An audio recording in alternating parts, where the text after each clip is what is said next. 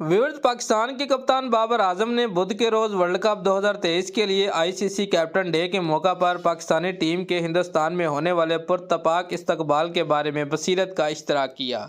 Event में Babar Azam, Rohit Sharma, Pat Cummins, Jos Buttler, Kane Williamson, Dasun Shanaka, Temba Bavuma, Shakib Al Hasan, Hashmatullah Shahidi और Scott Edwards समेत शरीक टीमों के तमाम 10 कप्तान प्रेस कॉन्फ्रेंस के लिए जमा हुए। प्रेस कॉन्फ्रेंस के दौरान बाबर ने इजहार तशक्कुर करते हुए रिमार्क्स दिए, बहुत ज़्यादा मेहमान नवाजी के साथ हमारा शानदार इस्तकबाल हुआ जिसकी हमें तवक्का नहीं थी। हम एक हफ्ता से हैदराबाद में हैं, लेकिन हमें ऐसा महसूस नहीं होता कि हम हिंदुस्तान में हैं। हमें ऐसा लगता है जैसे हम घर पर हैं। बाबर आजम ने पाकिस्तानी शायकीन के लिए ख्वाहिश का इजहार किया कि उन्हें भारत आकर टीम को खेलता देखकर इंजॉय करने का मौका मिले।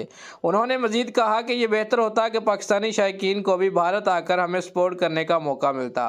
कंडीशन पर बात करते हुए बाबर आजम ने हिंदुस्तान और पाकिस्तान के हालात के दरमियान मुमासलत को नोट किया, जिसका वाहिद फ़र्क हिंदुस्तान में छोटी बाउंड्रीज है।